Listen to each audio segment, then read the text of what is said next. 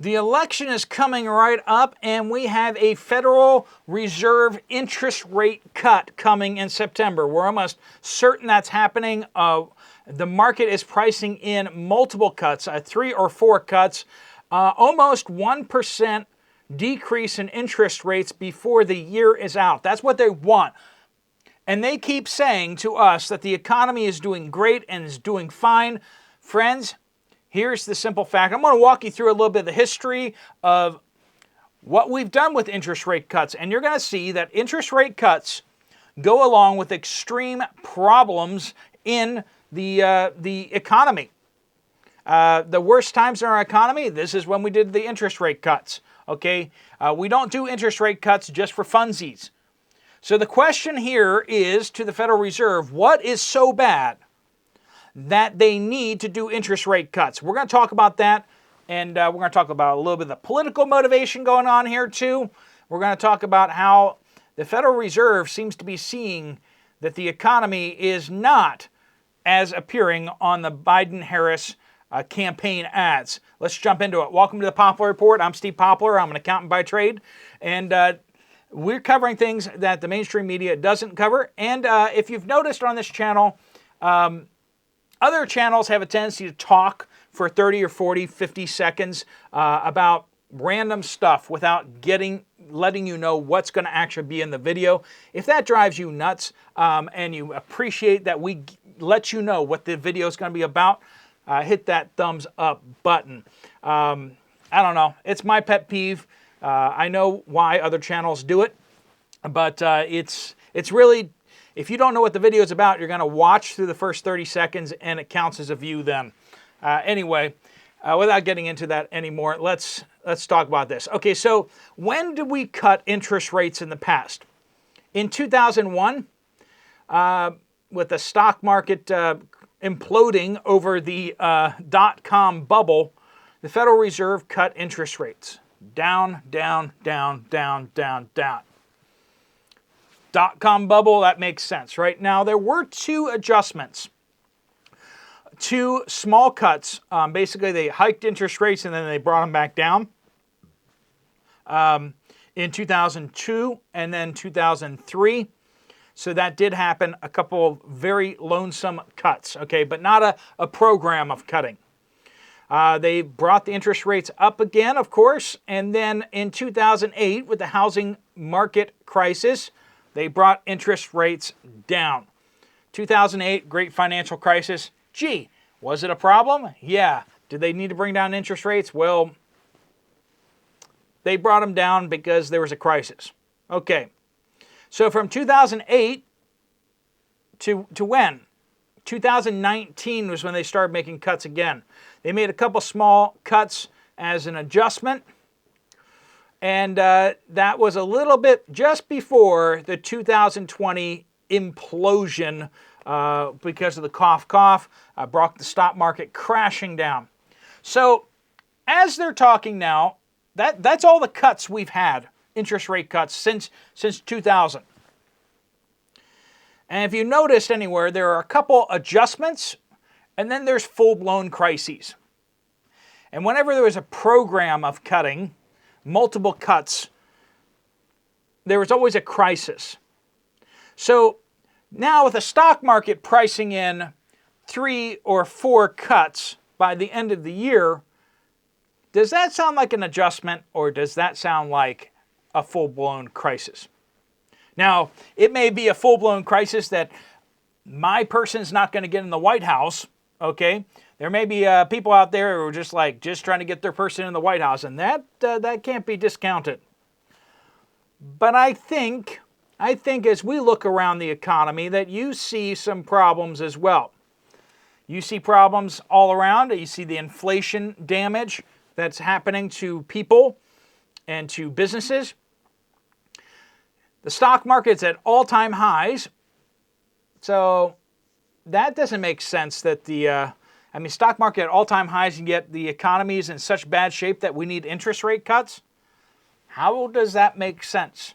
And nothing makes sense anymore because they've twisted the economy. They've perverted the economy just like they perverted everything else in the United States, right? The housing prices are at all-time highs. It costs you more to buy a house today than ever before in U.S. history. So the stock market wants 1% cut, 4 cuts by the end of the year. That's what it wants. And Jerome Powell and the Federal Reserve have come out there and said, hey, it's time to start cutting. And the answer and the question we should be asking them is, why? What do you see that's so bad that we need to start cutting? And I'm telling you this, I believe that the stock market's going to ask this question sooner rather than later. Stock market crashes have a tendency to occur in September and October. And guess what, friends?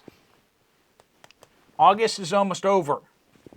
So brace yourself for the market deciding that, hey, us being in recession is a bad thing.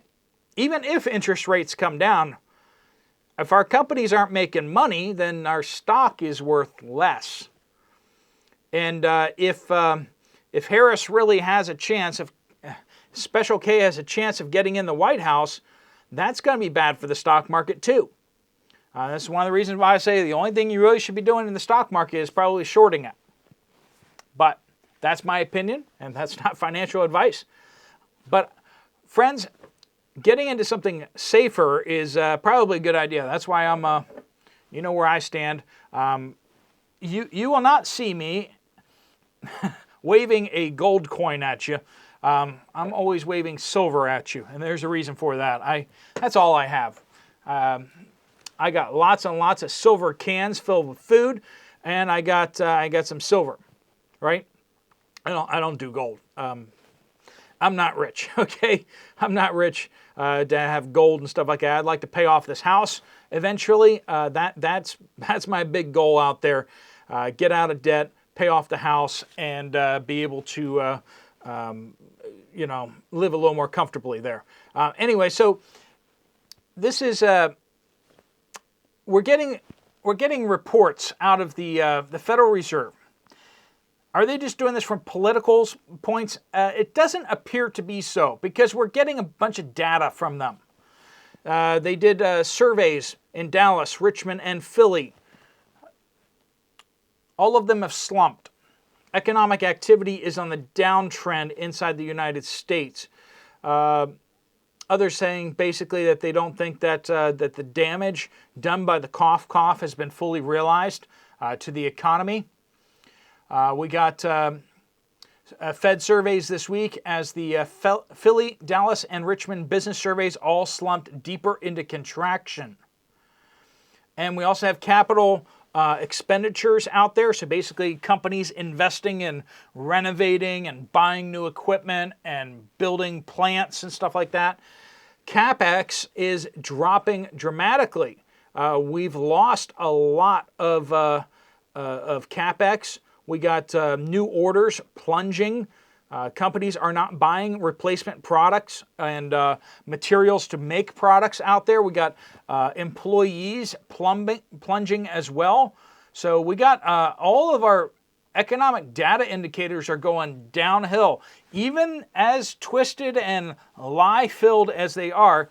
And this is all with the fact that we're spending like trillions of dollars a year of deficit spending. We're just conjuring money out of thin air and paying it to people, and yet still we're spending less money. Companies are tightening their belts. That should not be happening. You shouldn't be printing money and everybody's getting poorer. How does that work? Well, when you understand how fiat currency works, it's just paper, right? That makes sense, actually. But we're pillaging and plundering all the value that people have that they've stored in that paper, right? When you go to work and they give you paper, dollars, you've traded value to that company and they've given you pieces of paper to go exchange that for other value from other people, right? You go to the store and you give them that paper and they give you valuable stuff. You go to fast food restaurants and they give you garbage. But anyway, so we got this recession you don't know that you're in a recession until you're halfway through the recession. And even with the numbers out there, as manipulated as they are, we're moving into a deeper, darker recession than we are in today. Now, arguably, we've been in a recession since 2008. Now, you may be like, what? Really? Since 2008, the actual growth of the U.S. economy, that doesn't count federal deficit spending.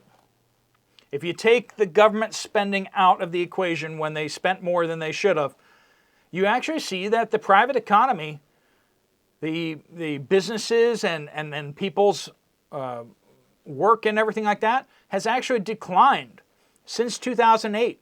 We make less money. All the corporations in the United States make less money in 2024 than they did back in 2008.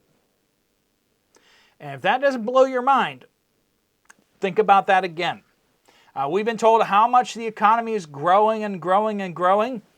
But when you control for inflation and you actually look at how much value these companies are putting out, they're actually making less money. All that we're really doing is we're just stealing money from the world and ourselves and using it to pay all the people coming here from all the other parts of the world, right? The consumer is absolutely hurting. We see reports here, activity is stalled slightly due to increased personal debt. So once the personal debt stops growing, we're going to be even in worse shape. People are out of money. They're parking their cars and throwing their keys to the dealership or banker. They're turning it, they owe so much money. They owe more money to the bankers and to the dealerships than their cars are worth. A lot of people are underwater. Just like people were underwater in homes back in 2008, they're underwater now in cars. This is what, I mean, it's just common sense. We've been saying this for a long time. It doesn't make sense that you walk into a dealership with a $10,000 car that you owe $15,000 on, and they rolled that $5,000 extra loan onto your new car. That doesn't make sense. That you're able to take out a loan from the dealership for, say, $40,000 for a car that's going to be worth $30,000 as soon as you roll off the lot. Because you got the $35,000 purchase price, and then you got the other $5,000 from your previous car. People are doing this and have been doing this, and it's absolutely insane. How does that work? Well, with high interest rates, it doesn't work as well. People are not able to keep up with their payments. People are turning in their cars. They're essentially walking away from the cars, letting them be repossessed, daring the banks and the dealerships to repossess them, because people are really hurting out there. The stock market is at all-time highs, but the financial institutions, the Main Street, the businesses and individuals, employees at different places are struggling.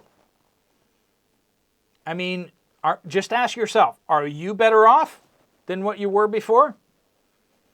How many of us are? How many of us are doing better? Not many.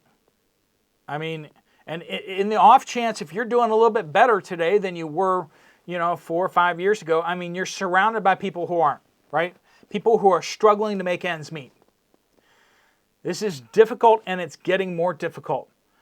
The Federal Reserve is seeing that in the numbers.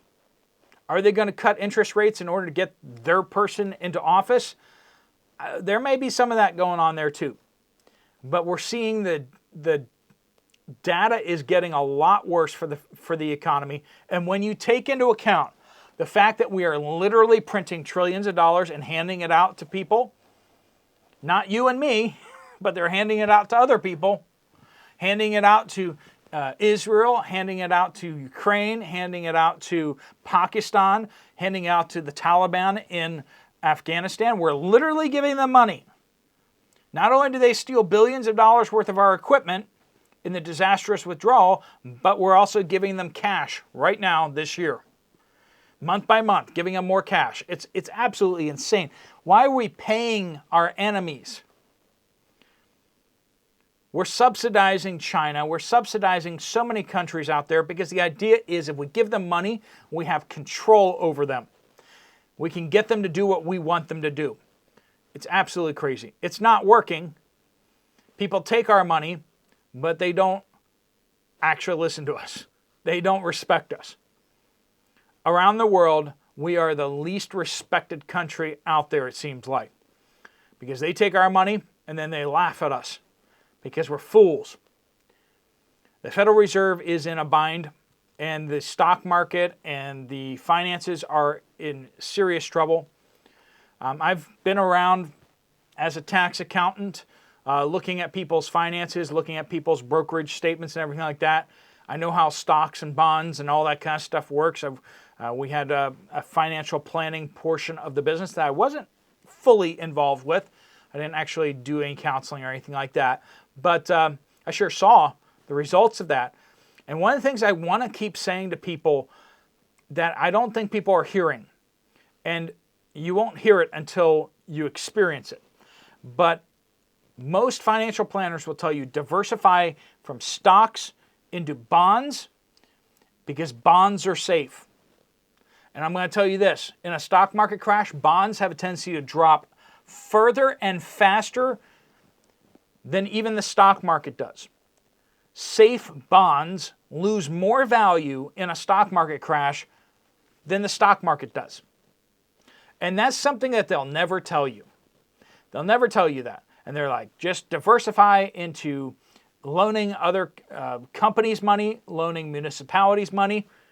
But those bonds have a tendency to crash even harder and faster in a disaster situation of a market, right? A stock market crash, you'll see high yield bonds drop like a rock. You'll see, I've been through the crash analysis and walked through the markets of the analysis of the crashes, the dot-com burst, the stock market crash of 2008, even the crash in 2020.